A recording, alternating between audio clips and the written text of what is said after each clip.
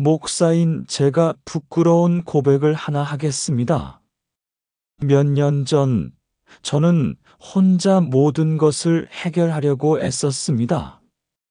교회 재정 문제, 성도들 간의 갈등, 그리고 어머니의 건강 문제까지 새벽마다 일어나 기도했습니다. 하지만 기도 후에도 무거운 짐은 그대로였습니다. 목사니까 강해야 해. 목사니까 믿음으로 버텨야 해. 누구에게도 약한 모습 보이면 안 돼. 그렇게 6개월을 버텼습니다. 아침에 일어나면 몸이 천근만근이었습니다. 설교 준비를 하다가도 집중이 안 됐습니다. 성도들과 상담하면서도 제 마음 한편에선 나는 누구에게 털어놓지? 하는 생각이 들었습니다. 어느 날 새벽 4시, 저는 무릎을 꿇고 울었습니다. 하나님, 저 이제 못 버티겠습니다. 제가 목사인데 이렇게 약해도 됩니까? 그날 오전, 제 사무실 문을 두드린 사람이 있었습니다. 70대 후반의 김순자 권사님이셨습니다. 목사님, 요즘 많이 힘드시죠? 저는 깜짝 놀랐습니다. 아무에게도 말한 적이 없는데 어떻게 하셨을까요? 권사님은 제 손을 꼭 잡으시며 말씀하셨습니다. 목사님, 시편 55편 22절 아시죠? 내 짐을 여호와께 맡기라. 그가 너를 붙드시리니. 목사님도 사람입니다. 혼자 버티지 마시고 전부 하나님께 맡기세요. 그 순간 제 눈에서 눈물이 쏟아졌습니다. 그날 이후 제 사역과 삶이 완전히 달라졌습니다. 사랑하는 여러분, 혹시 지금 혼자 버티고 계십니까? 아무에게도 말하지 못하고 속으로만 사귀고 계십니까?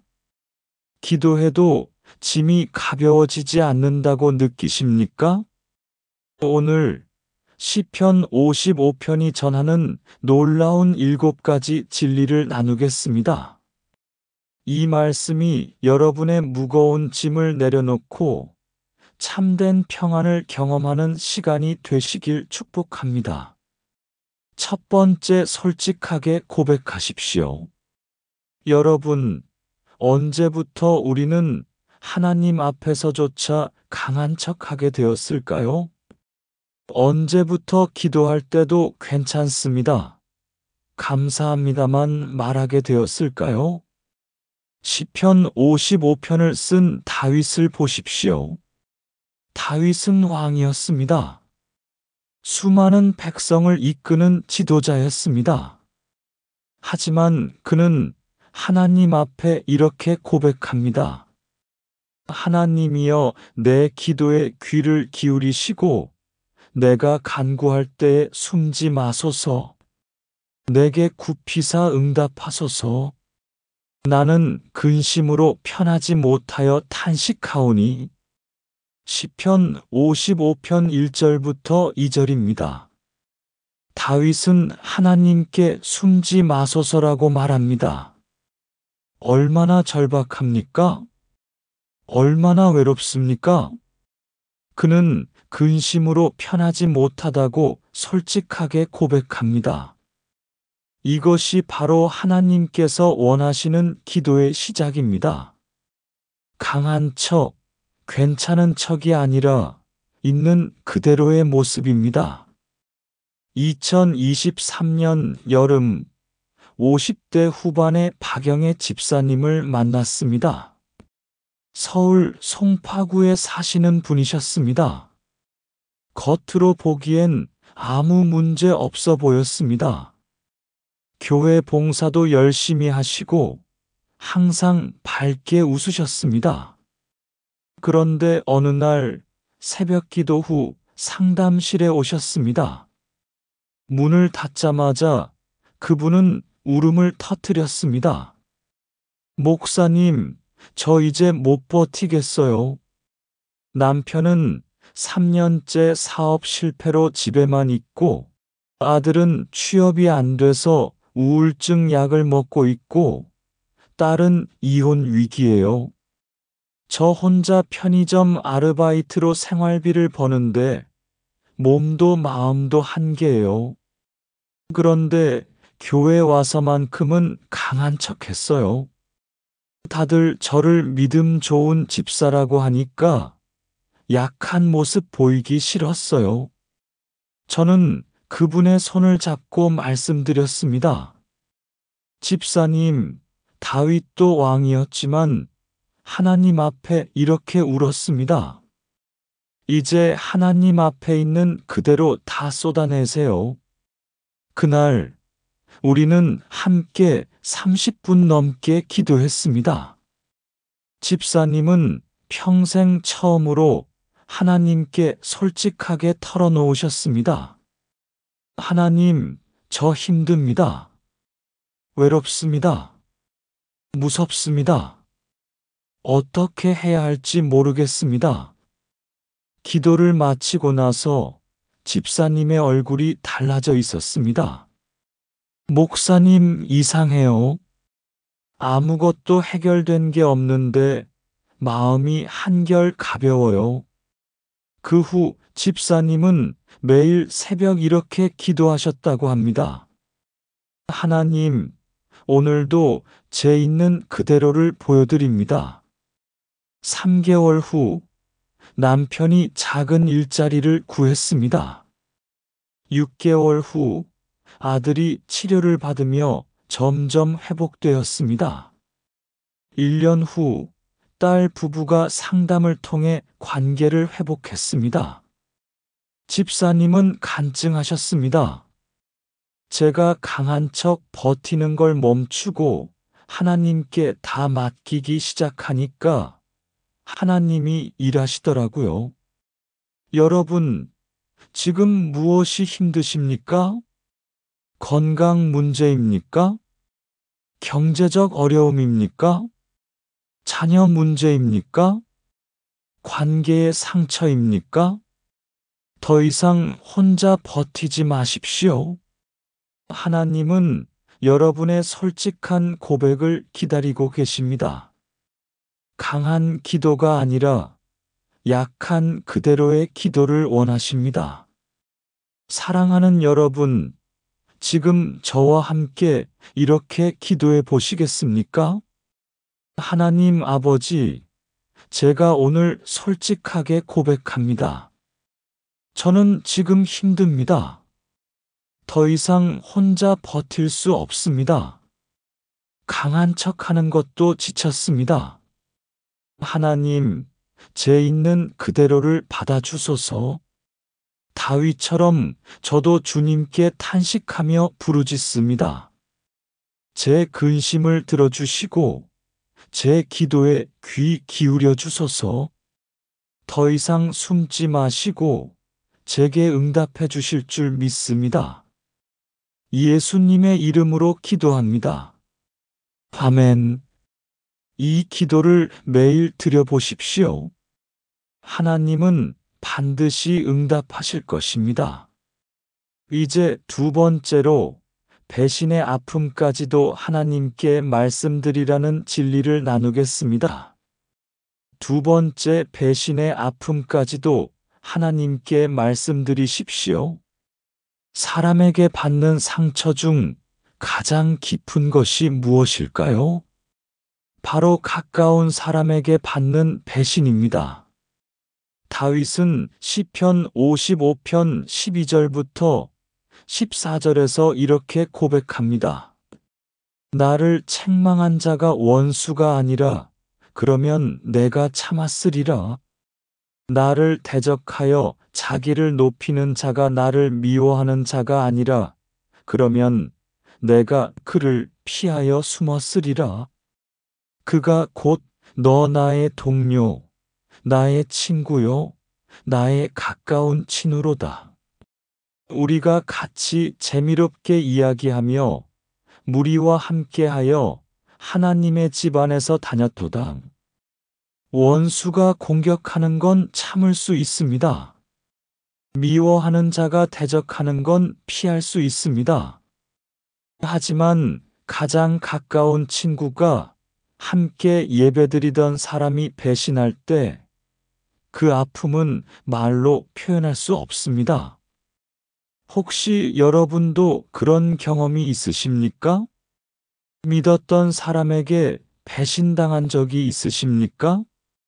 가까운 가족에게 상처받은 적이 있으십니까? 교회 안에서 오해받거나 비난받은 적이 있으십니까? 2022년 가을 60대 초반의 이명숙 권사님을 만났습니다. 대구에서 30년 넘게 신앙생활을 하신 분이셨습니다. 권사님에게는 20년 지기 친구가 있었습니다. 같은 교회를 다니며 함께 기도하고 함께 봉사하던 사이였습니다. 자녀들도 서로 잘 알 정도로 가까웠습니다. 그런데 어느 날 그 친구가 권사님에 대해 거짓 소문을 퍼뜨렸습니다. 권사님이 교회 헌금을 횡령했다는 터무니없는 이야기였습니다. 물론 사실이 아니었습니다. 하지만 소문은 빠르게 퍼졌습니다. 교회 안에서 수군거리는 소리가 들렸습니다.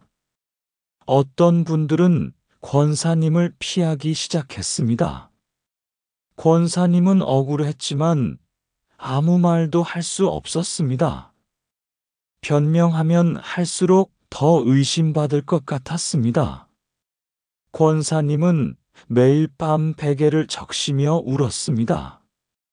하나님, 왜 이런 일이 제게 일어납니까? 20년 친구가 왜 저를 배신합니까? 제가 뭘 잘못했습니까? 3개월 동안 권사님은 교회에 나가지 못했습니다. 사람들 얼굴을 볼 수가 없었습니다. 우울증이 왔습니다. 밥맛도 없었고 잠도 오지 않았습니다. 그러던 어느 날 권사님은 시편 55편을 읽게 되었습니다. 다윗도 가장 가까운 친구에게 배신당했다는 것을 알게 되었습니다. 그런데 다윗은 어떻게 했습니까? 16절과 17절을 보십시오. 나는 하나님께 부르짖으리니 여호와께서 나를 구원하시리로다. 저녁과 아침과 정오에 내가 근심하여 탄식하리니 여호와께서 내 소리를 들으시리로다. 다윗은 하루에 3번 저녁과 아침과 정오에 하나님께 부르짖었습니다. 사람에게 하소연하지 않았습니다. 변명하지 않았습니다. 오직 하나님께만 모든 것을 말씀드렸습니다. 권사님도 결단했습니다. 나도 다윗처럼 하루 3번 하나님께 이 모든 아픔을 말씀드리자. 아침 6시, 낮 12시, 저녁 6시마다 권사님은 기도했습니다. 하나님, 제 마음이 너무 아픕니다. 20년 친구가 저를 배신했습니다. 억울합니다. 화가 납니다. 하지만 하나님께 맡깁니다.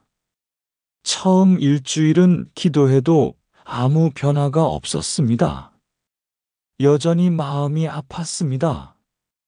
2주째 되니까 조금씩 달라지기 시작했습니다. 기도하고 나면 마음에 평안이 찾아왔습니다. 한 달째 되니까 그 친구를 향한 분노가 조금씩 사라졌습니다. 하나님, 저 대신 저 사람을 불쌍히 여겨주소서. 저렇게 거짓말을 하는 걸 보니 그 마음이 얼마나 아프겠습니까? 그리고 2달째 되니까 권사님은 다시 교회에 나갈 수 있었습니다. 사람들의 시선이 신경 쓰이긴 했지만 하나님만 바라보며 예배드렸습니다. 그리고 6개월 후 놀라운 일이 일어났습니다. 그 친구가 권사님을 찾아와 무릎을 꿇고 울며 용서를 빌었습니다. 내가 미쳤었어. 질투심 때문에 그랬어. 정말 미안해. 진실이 밝혀졌습니다. 교회 모든 분들이 권사님께 사과했습니다. 담임 목사님도 공식적으로 오해를 풀어주셨습니다. 하지만 권사님은 이미 그 친구를 용서한 후였습니다. 권사님은 제게 이렇게 말씀하셨습니다. 목사님, 제가 사람에게 변명하거나 싸웠다면 제 마음만 더 상했을 거예요. 하지만 하나님께만 매일 3번씩 다 털어놓으니까 하나님이 제 마음을 치유하시고 상황까지 바꿔주시더라고요. 여러분, 지금 누군가에게 배신당해 아프십니까? 가까운 사람에게 상처받아 괴로우십니까? 그 모든 아픔을 하나님께 말씀드리십시오. 하루에 3번, 아니 1번이라도 좋습니다.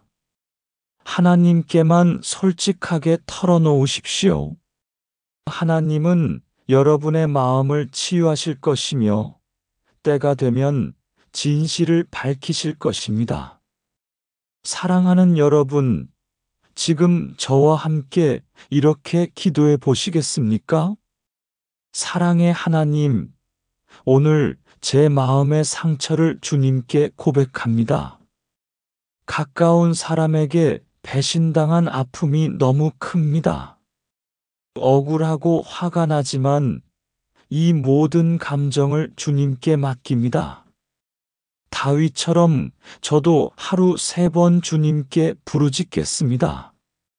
저녁과 아침과 정오에 주님께 탄식하겠습니다. 주님이 제 소리를 들으시고 저를 구원하실 줄 믿습니다.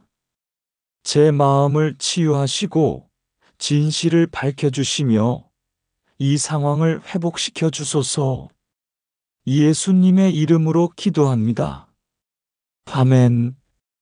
이제 3번째로 하나님은 반드시 응답하신다는 확신을 나누겠습니다.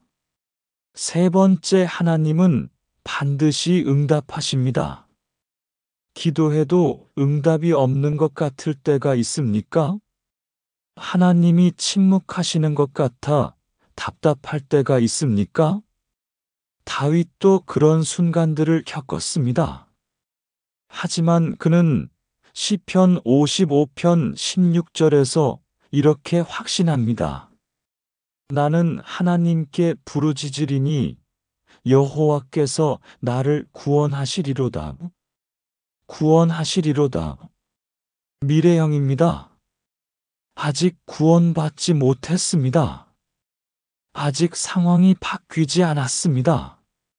하지만 다윗은 확신합니다.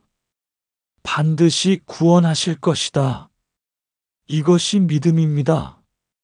보이지 않아도 믿는 것, 아직 이루어지지 않았어도 확신하는 것, 그것이 바로 히브리서 11장 1절이 말하는 믿음입니다. 믿음은 바라는 것들의 실상이요, 보이지 않는 것들의 증거니. 2021년 봄, 40대 후반의 한철수 집사님을 만났습니다. 부산에서 작은 식당을 운영하시는 분이셨습니다. 코로나19로 인해 장사가 안 됐습니다. 하루 매출이 5만 원도 안 되는 날이 많았습니다. 은행 대출이 3천만 원이 있었는데 이자도 내기 어려웠습니다. 아내는 매일 한숨만 쉬었고 고등학생 아들은 학원비를 걱정했습니다. 집사님은 매일 새벽 4시에 일어나 기도했습니다. 하나님, 이 가게를 살려주소서. 제발 손님을 보내주소서. 하지만 한 달이 지나도 2달이 지나도 상황은 나아지지 않았습니다. 집사님은 점점 지쳐갔습니다. 하나님, 제 기도를 들으시는 겁니까? 응답하실 거라고 믿었는데 왜 아무 변화가 없습니까? 어느 날 새벽 기도회에서 담임 목사님이 시편 55편을 설교하셨습니다. 저녁과 아침과 정오에 내가 근심하여 탄식하리니 여호와께서 내 소리를 들으시리로다. 목사님은 강조하셨습니다. 들으시리로다는 반드시 들으신다는 뜻입니다. 여러분, 하나님은 응답을 미루실 수는 있어도 응답하지 않으시는 법은 없습니다. 그 말씀이 집사님의 마음에 꽂혔습니다. 그래, 하나님은 반드시 들으신다. 반드시 응답하신다. 집사님은 그날부터 기도 제목을 바꿨습니다. 하나님, 손님을 보내주소서가 아니라 하나님, 제 소리를 들으시니 감사합니다. 반드시 응답하실 줄 믿습니다로 바꿨습니다. 신기하게도 기도가 바뀌니까 마음이 바뀌었습니다. 불안이 사라지고 평안이 찾아왔습니다. 장사가 안 되는 건 여전했지만 집사님은 감사하며 일했습니다. 하나님이 반드시 응답하실 것이다. 내가 할 일은 최선을 다하고 기다리는 것이다. 그렇게 3주가 지났습니다. 어느 날 한 손님이 가게에 들어왔습니다. 근처 공사장 현장 소장이었습니다. 사장님, 음식이 정말 맛있네요. 우리 직원들 단체로 여기서 식사하면 안 될까요? 그날부터 매일 20명씩 공사장 직원들이 점심을 먹으러 왔습니다. 한 달 후, 다른 공사장에서도 연락이 왔습니다. 소문 듣고 왔습니다. 우리도 단체 식사 가능합니까? 3개월 만에 집사님의 식당은 예약이 밀릴 정도로 바쁘게 됐습니다. 6개월 만에 은행 대출을 전부 갚았습니다. 1년 후 2번째 지점을 열었습니다. 집사님은 간증하셨습니다. 저는 깨달았습니다. 하나님은 제가 기도하는 첫날부터 이미 들으셨다는 걸요. 다만 가장 좋은 때에 가장 좋은 방법으로 응답하신 거예요. 제가 조급해하고 불안해했을 때는 아무것도 보이지 않았는데 반드시 응답하신다고 확신하며 기다리니까 하나님이 일하시더라고요. 여러분, 지금 기도 응답이 보이지 않습니까? 하나님이 침묵하시는 것 같습니까? 절대 포기하지 마십시오. 하나님은 반드시 들으십니다. 반드시 응답하십니다. 다만 우리의 생각과 다른 때에 다른 방법으로 응답하실 뿐입니다. 로마서 8장 28절이 약속합니다. 우리가 알거니와 하나님을 사랑하는 자, 곧 그의 뜻대로 부르심을 입은 자들에게는 모든 것이 합력하여 선을 이루느니라. 모든 것이 합력하여 선을 이룹니다. 지금 당장 보이지 않아도 하나님은 이미 일하고 계십니다. 사랑하는 여러분, 지금 저와 함께 이렇게 기도해 보시겠습니까?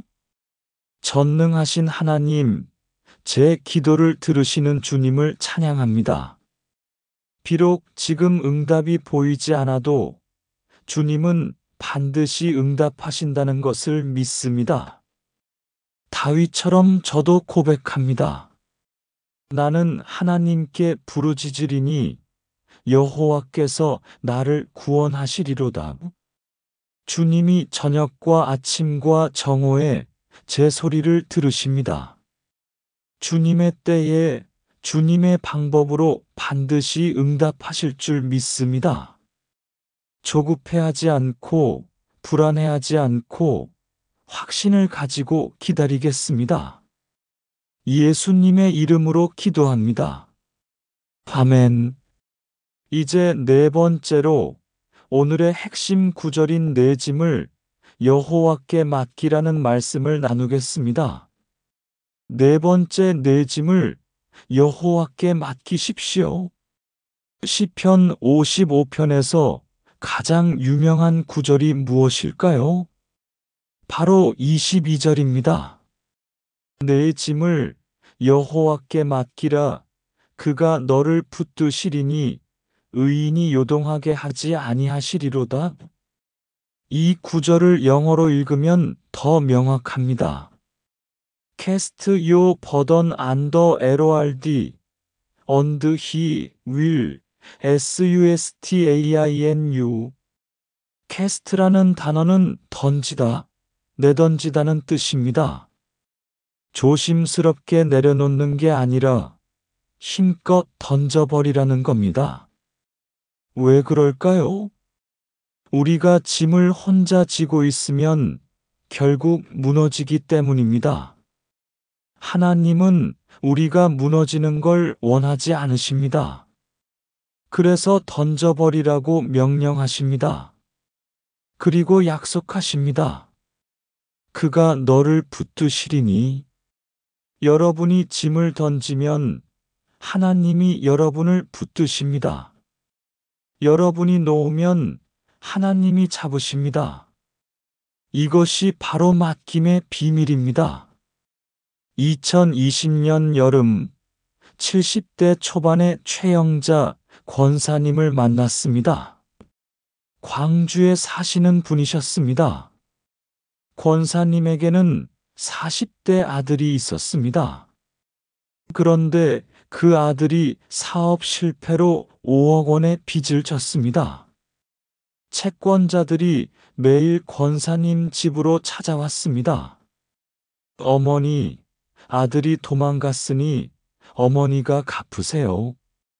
권사님은 평생 모은 1억 원을 주었지만 턱없이 부족했습니다. 아들은 연락도 안 됐습니다. 권사님은 매일 밤 잠을 못 이뤘습니다. 이 빚을 어떻게 갚지? 아들은 지금 어디서 뭘 하고 있을까? 내가 평생 무슨 잘못을 해서 이런 일이? 권사님의 체중은 3개월 만에 10kg이 빠졌습니다. 혈압이 올라가 병원에 입원했습니다. 의사는 말했습니다. 권사님, 스트레스를 줄이셔야 합니다. 이러다 큰일 납니다. 하지만 어떻게 스트레스를 줄입니까? 빚은 그대로고 아들은 연락이 안 되는데. 병원 침대에 누워 권사님은 성경을 펼쳤습니다. 시편 55편이 눈에 들어왔습니다. 내 짐을 여호와께 맡기라. 그가 너를 붙드시리니. 권사님은 눈물을 흘리며 기도했습니다. 하나님, 이 짐이 너무 무겁습니다. 제가 감당할 수 없습니다. 하나님께 맡기겠습니다. 그런데 신기한 일이 일어났습니다. 기도하고 나니 마음이 한결 가벼워졌습니다. 빚도 그대로, 아들도 연락 없는데 왜 마음이 편해진 걸까요? 권사님은 깨달았습니다.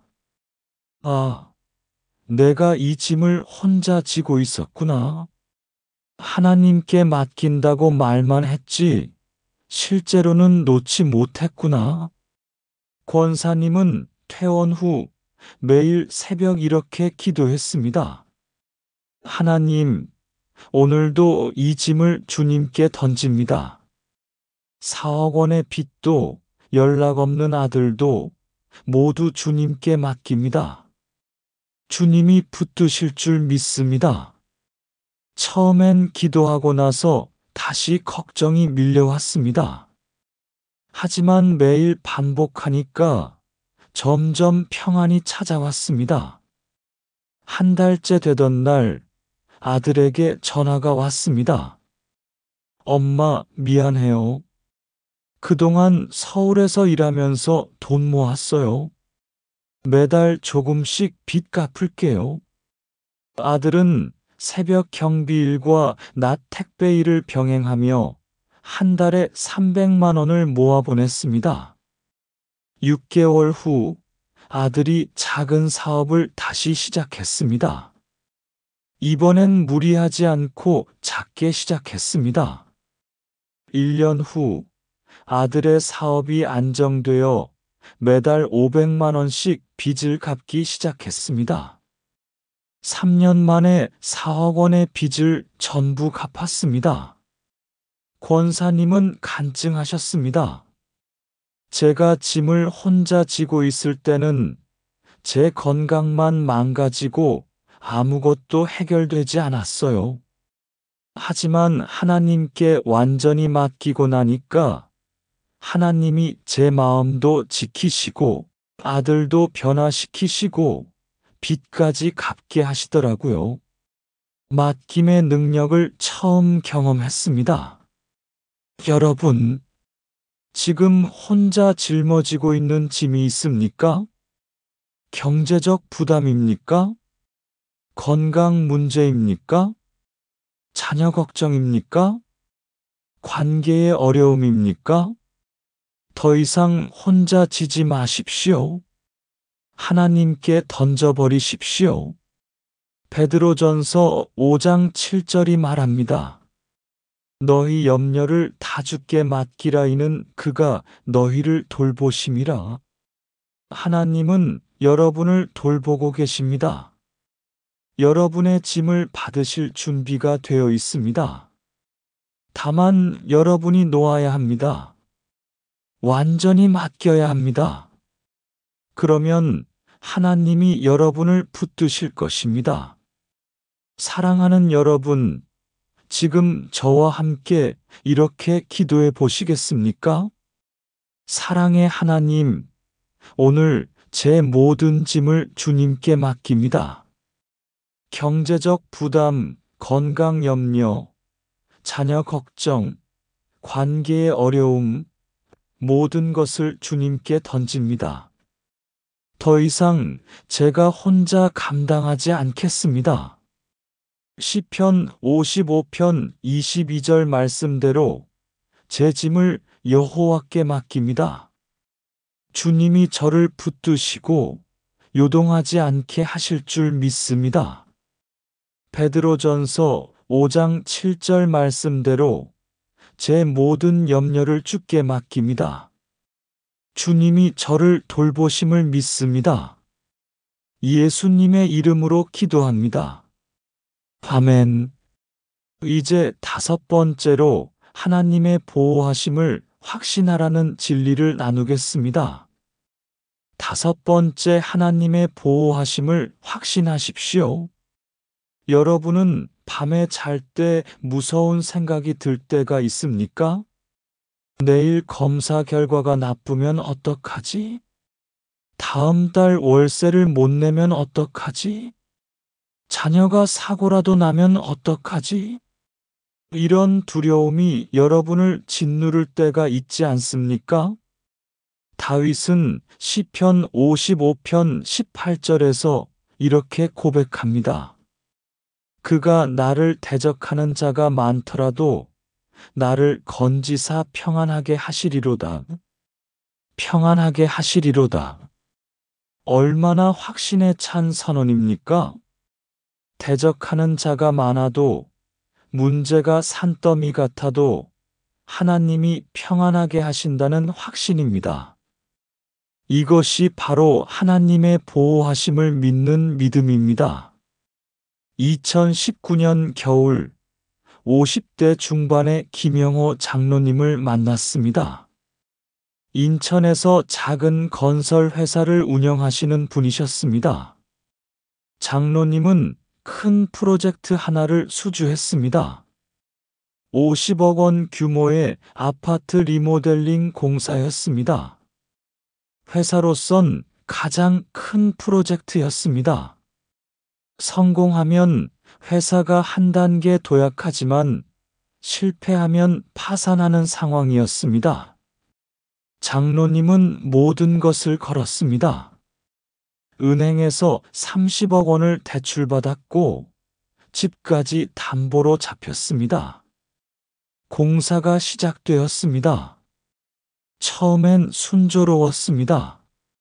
하지만 3개월째 되던 날 문제가 발생했습니다. 하청업체 사장이 돈을 받아 도망간 겁니다. 8억 원이 날아갔습니다. 장로님은 멘붕이 왔습니다. 이러다 회사가 망하겠구나. 집도 날리고 가족들도 길거리에 나앉겠구나. 장로님은 밤마다 잠을 못 잤습니다. 불안과 두려움이 밀려왔습니다. 어느 날 새벽 장로님은 기도 중에 시편 55편 18절을 읽었습니다. 그가 나를 대적하는 자가 많더라도 나를 건지사 평안하게 하시리로다. 평안하게 하시리로다. 장로님은 깨달았습니다. 내가 지금 불안해하고 있다는 건 하나님을 믿지 못하고 있다는 증거구나. 장로님은 결단했습니다. 하나님, 이 상황을 주님께 맡깁니다. 주님이 평안하게 하실 줄 믿습니다. 신기하게도 그날 밤부터 장로님은 잠을 잘 수 있었습니다. 상황은 여전히 어려웠지만 마음에 평안이 찾아왔습니다. 다음 날 장로님은 남은 직원들을 모아놓고 말했습니다. 여러분, 우리 회사가 지금 어려운 건 사실입니다. 하지만 하나님이 함께 하시면 반드시 이겨낼 수 있습니다. 우리 최선을 다합시다. 직원들도 힘을 냈습니다. 모두가 야근하며 공사를 진행했습니다. 2주 후 기적 같은 일이 일어났습니다. 장로님이 10년 전에 도와준 적 있는 한 사업가가 연락을 해왔습니다. 장로님, 소문 들었습니다. 제가 10억 원 투자하겠습니다. 장로님이 어려울 때 저를 도와주셨잖아요. 장로님은 그 돈으로 공사를 계속할 수 있었습니다. 4개월 후 또 다른 기적이 일어났습니다. 발주처에서 공사비를 조기 지급해 주겠다고 연락이 왔습니다. 장로님 회사가 정직하고 성실하게 일하는 걸 보고 감동받았습니다. 6개월 만에 공사를 성공적으로 마쳤습니다. 오히려 예산보다 5억 원이 남았습니다. 장로님은 은행 대출을 갚고 투자자에게 돌려드리고 집도 담보 해제했습니다. 그리고 그 프로젝트를 계기로 회사가 지역에서 인정받는 업체가 되었습니다. 장로님은 간증하셨습니다. 제가 불안해하고 두려워할 때는 상황이 더 악화되는 것 같았습니다. 하지만 하나님이 평안하게 하신다고 확신하며 맡기니까 정말 하나님이 평안을 주시고 상황까지 바꿔주셨습니다. 하나님의 보호하심이 얼마나 크고 확실한지 경험했습니다. 여러분, 지금 불안과 두려움이 여러분을 짓누르고 있습니까? 미래가 걱정되어 밤잠을 못 이루십니까? 하나님의 보호하심을 확신하십시오. 이사야 41장 10절이 약속합니다. 두려워하지 말라. 내가 너와 함께함이라. 놀라지 말라. 나는 내 하나님이 됨이라. 내가 너를 굳세게 하리라. 참으로 너를 도와주리라. 참으로 나의 위로운 오른손으로 너를 붙들리라. 하나님이 여러분과 함께 하십니다. 하나님이 여러분을 붙드십니다. 두려워하지 마십시오. 사랑하는 여러분, 지금 저와 함께 이렇게 기도해 보시겠습니까? 전능하신 하나님, 주님의 보호하심을 확신합니다.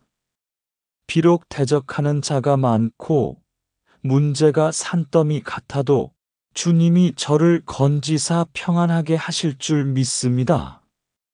이사야 41장 10절 말씀대로 주님이 저와 함께 하시고 저를 굳세게 하시며 주님의 의로운 오른손으로 저를 붙드실 줄 믿습니다. 불안과 두려움을 버리고 주님의 평안을 선택합니다. 주님의 보호하심 안에서 담대히 살겠습니다. 예수님의 이름으로 기도합니다. 아멘. 이제 6번째로 악인은 멸망하고 의인은 승리한다는 진리를 나누겠습니다. 6번째, 악인은 멸망하고 의인은 승리합니다. 세상을 살다 보면 불공평하다는 생각이 들 때가 있습니까? 정직하게 사는 사람은 손해보고 거짓말하는 사람이 잘 되는 것 같을 때가 있습니까? 악한 사람이 형통하고 의로운 사람이 고난받는 것을 보며 답답할 때가 있습니까? 다윗도 그런 고민을 했습니다. 시편 55편 23절을 보십시오. 하나님이여, 주께서 그들로 파멸의 웅덩이에 빠지게 하시리이다. 피를 흘리게 하며 속이는 자들은 그들의 날의 반도 살지 못할 것이나 나는 주를 의지하리이다. 이 구절은 두 가지 대조를 보여줍니다. 첫째, 악인의 결말 파멸의 웅덩이, 날의 반도 살지 못함. 둘째, 의인의 선택주를 의지함. 악인은 당장 형통한 것처럼 보여도 결국 멸망합니다. 의인은 지금 고난받는 것처럼 보여도 결국 승리합니다. 왜 그럴까요? 하나님이 공의로우시기 때문입니다. 하나님은 악을 반드시 심판하시고 선을 반드시 보상하십니다. 다만 그때가 우리의 생각과 다를 뿐입니다. 2018년 가을 60대 후반의 박종철 장로님을 만났습니다. 대전에서 30년 넘게 작은 제조업체를 운영하신 분이세요. 장로님은 평생 정직하게 사업을 하셨습니다. 직원들 월급도 한 번도 밀린 적이 없었고 거래처와의 약속도 항상 지키셨습니다. 그런데 5년 전 경쟁사 사장이 거짓 소문을 퍼뜨렸습니다.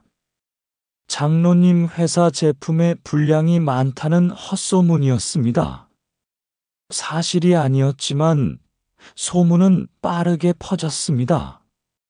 주요 거래처 3곳이 계약을 해지했습니다. 한 해 매출이 40% 줄었습니다. 직원들 월급 주기도 빠듯해졌습니다. 장로님은 억울했습니다. 하나님, 제가 정직하게 살았는데 왜 이런 일이 일어납니까? 거짓말하는 저 사람은 잘 되고 정직한 저는 망하게 생겼습니다. 장로님은 법적으로 대응할까도 고민했습니다. 하지만 기도 중에 하나님이 마음에 말씀하셨습니다. 내가 할 일은 계속 정직하게 사는 것이다. 나머지는 내가 한다. 장로님은 결단했습니다. 하나님, 제가 복수하지 않겠습니다. 주님께 맡기겠습니다. 장로님은 더욱 정직하게 일했습니다. 불량률을 0%로 만들기 위해 품질 관리에 집중했습니다. 남은 거래처에는 더욱 성실하게 대했습니다. 직원들 월급도 줄이지 않고 꼬박꼬박 주었습니다. 힘들었지만 하나님을 의지하며 버텼습니다. 1년이 지났습니다. 남은 거래처들이 장로님 회사의 진가를 알아봤습니다. 역시 장로님은 다르십니다. 어려운데도 품질이 더 좋아졌습니다. 입소문이 나기 시작했습니다. 새로운 거래처에서 연락이 왔습니다. 2년이 지나자 매출이 예전보다 30% 늘었습니다. 3년째 되던 해 놀라운 일이 일어났습니다. 거짓 소문을 퍼뜨렸던 경쟁사가 부도가 났습니다. 사장이 회계 부정으로 감옥에 갔습니다. 진실이 밝혀졌습니다. 모든 업계 사람들이 장로님께 사과했습니다. 장로님이 정직하신 걸 알았어야 했는데 죄송합니다. 거래처들이 다시 돌아왔습니다. 오히려 이전보다 더 많은 주문이 들어왔습니다. 5년이 지난 지금 장로님 회사는 업계에서 가장 신뢰받는 업체가 되었습니다. 장로님은 간증하셨습니다. 제가 복수하려고 했다면 제 마음만 상하고 사업도 망쳤을 겁니다. 하지만 하나님께 맡기고 계속 정직하게 살았더니 하나님이 저를 변호해 주시고 악인은 스스로 멸망하고 저는 더 큰 축복을 받았습니다. 시편 55편 23절이 정말 사실입니다. 여러분, 지금 불공평한 일을 당하고 계십니까? 악한 사람이 형통하는 것을 보며 답답하십니까? 복수하고 싶은 마음이 드십니까? 참으십시오. 하나님께 맡기십시오. 로마서 12장 19절이 말합니다. 내 사랑하는 자들아, 너희가 친히 원수를 갚지 말고 하나님의 진노하심에 맡기라. 기록되었으되 원수 갚는 것이 내게 있으니 내가 갚으리라고 주께서 말씀하시니라. 하나님이 반드시 공의로 심판하십니다. 악인은 결국 멸망하고 의인은 결국 승리합니다. 여러분은 계속 의롭게 사십시오. 사랑하는 여러분, 지금 저와 함께 이렇게 기도해 보시겠습니까? 공의로우신 하나님, 주님이 모든 것을 보고 계심을 믿습니다. 비록 지금 악인이 형통하는 것 같아도 주님이 때가 되면 반드시 심판하실 줄 믿습니다. 시편 55편 23절 말씀대로 악인은 파멸의 웅덩이에 빠질 것이고 의인은 주를 의지하며 승리할 것입니다. 로마서 12장 19절 말씀대로 제가 친히 원수를 갚지 않고 주님께 맡깁니다. 주님이 원수를 갚으실 줄 믿습니다. 저는 계속 정직하게 의롭게 살겠습니다. 예수님의 이름으로 기도합니다. 아멘. 이제 마지막 7번째로 완전한 신뢰와 평안을 누리라는 진리를 나누겠습니다. 7번째, 완전한 신뢰와 평안을 누리십시오. 우리가 지금까지 나눈 6가지를 정리해 볼까요? 첫째, 솔직하게 고백하십시오. 둘째, 배신의 아픔까지도 하나님께 말씀드리십시오. 셋째, 하나님은 반드시 응답하십니다. 넷째, 내 짐을 여호와께 맡기십시오. 다섯째, 하나님의 보호하심을 확신하십시오. 여섯째, 악인은 멸망하고 의인은 승리합니다. 이 모든 것의 결론이 무엇일까요? 바로 시편 55편 23절 마지막 구절입니다.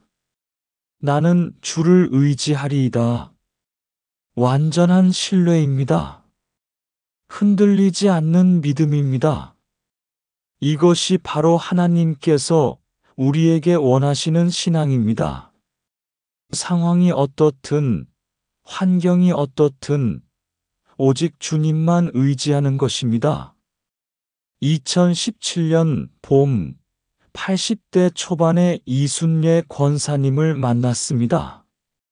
제주도에서 평생 신앙생활을 하신 분이셨습니다. 권사님은 젊을 때부터 고난이 많았습니다. 20대에 남편이 교통사고로 세상을 떠났습니다. 세 자녀를 혼자 키우며 생선 장사를 했습니다. 40대에 큰아들이 사업 실패로 빚을 졌습니다.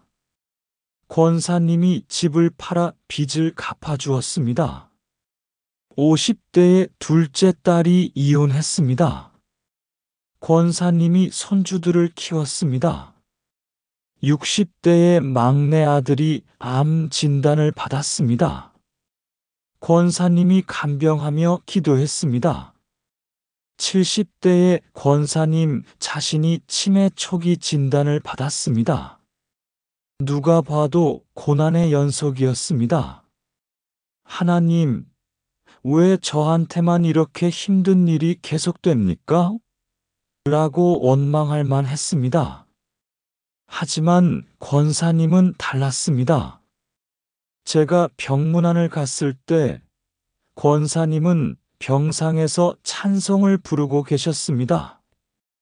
예수 사랑하심은 거룩하신 말일세. 저는 물었습니다. 권사님, 평생 고난이 많으셨는데 어떻게 그렇게 평안하십니까? 권사님은 웃으시며 말씀하셨습니다.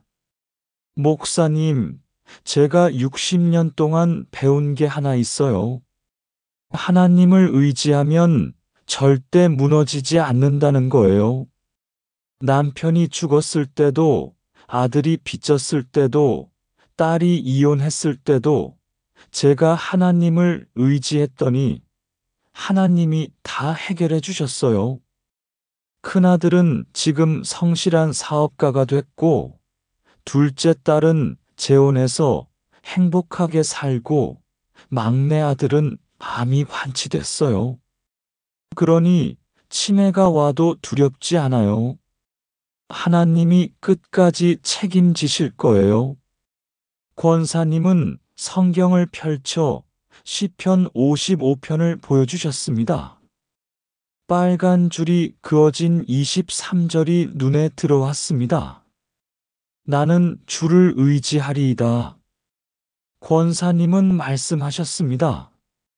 목사님, 이 구절이 제 인생의 좌우명이에요. 20대부터 지금까지 60년 동안 이렇게 살았어요. 저는 그날 큰 감동을 받았습니다. 80대 노인이 20대 청년보다 더 큰 믿음을 가지고 계셨습니다. 1년 후 권사님이 소천하셨습니다. 장례식장에서 세 자녀분이 모두 간증하셨습니다. 큰아들 어머니는 평생 하나님만 의지하며 사셨습니다. 그 믿음이 저희를 여기까지 이끌었습니다. 둘째 딸 어머니는 한 번도 원망하지 않으셨어요. 항상 하나님이 책임지신다고 하셨어요. 막내 아들 제가 암으로 죽을 뻔했을 때 어머니가 제 손을 잡고 기도하셨어요. 하나님을 의지하면 살 수 있다. 그 말씀대로 살았습니다. 장례식에 온 300명이 넘는 조문객들이 모두 울었습니다. 한 평범한 권사님의 믿음이 그렇게 많은 사람에게 감동을 주었습니다. 여러분, 완전한 신뢰는 하루아침에 만들어지지 않습니다. 매일 하나님을 의지하는 연습이 필요합니다. 작은 일부터 하나님께 맡기는 훈련이 필요합니다.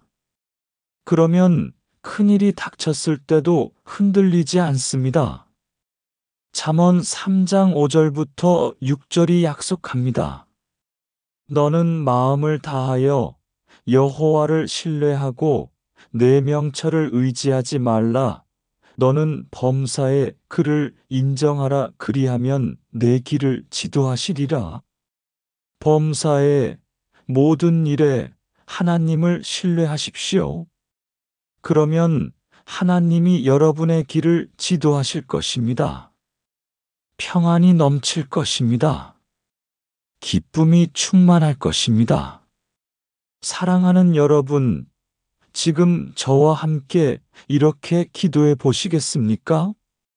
신실하신 하나님, 오늘부터 저는 주님만 의지하겠습니다. 상황이 어떻든, 환경이 어떻든, 오직 주님만 바라보겠습니다. 시편 55편 23절 말씀대로 나는 주를 의지하리이다를 고백합니다. 잠언 3장 5절부터 6절 말씀대로 마음을 다하여 여호와를 신뢰하고 예수님의 이름으로 기도합니다. 아멘. 오늘 우리는 시편 55편을 통해 7가지 놀라운 진리를 나누었습니다. 첫째, 솔직하게 고백하십시오. 강한 척하지 말고 있는 그대로 하나님께 말씀드리십시오. 둘째, 배신의 아픔까지도 하나님께 말씀드리십시오. 사람에게 하소연하지 말고 하루 3번 하나님께 부르짖으십시오. 셋째, 하나님은 반드시 응답하십니다. 보이지 않아도 믿으십시오. 하나님은 가장 좋은 때에 가장 좋은 방법으로 응답하십니다. 넷째, 내 짐을 여호와께 맡기십시오. 혼자 짊어지지 말고 하나님께 던져버리십시오. 하나님이 여러분을 붙드실 것입니다. 다섯째, 하나님의 보호하심을 확신하십시오. 대적하는 자가 많아도 하나님이 평안하게 하십니다. 여섯째, 악인은 멸망하고 의인은 승리합니다. 복수하지 말고 하나님께 맡기십시오. 하나님이 공의로 심판하십니다. 일곱째, 완전한 신뢰와 평안을 누리십시오. 매일 나는 주를 의지하리이다를 고백하십시오. 더 이상 혼자 버티지 마십시오. 전부 하나님께 맡기십시오. 그러면 놀라운 일들이 일어날 것입니다. 마음의 평안이 찾아올 것입니다. 상황이 바뀌기 시작할 것입니다. 기적을 경험하게 될 것입니다. 오늘 이 영상이 여러분께 작은 도움이 되었다면 좋아요 버튼을 눌러주시고 구독과 알림 설정도 부탁드립니다. 여러분의 간증이나 기도 제목이 있으시면 댓글로 남겨주세요. 함께 기도하겠습니다. 오늘 하루도 하나님의 은혜가 여러분과 함께 하시길 축복합니다. 내 짐을 여호와께 맡기는 하루가 되시길 바랍니다. 나는 주를 의지하리이다. 이 고백으로 승리하시길 축복합니다. 감사합니다.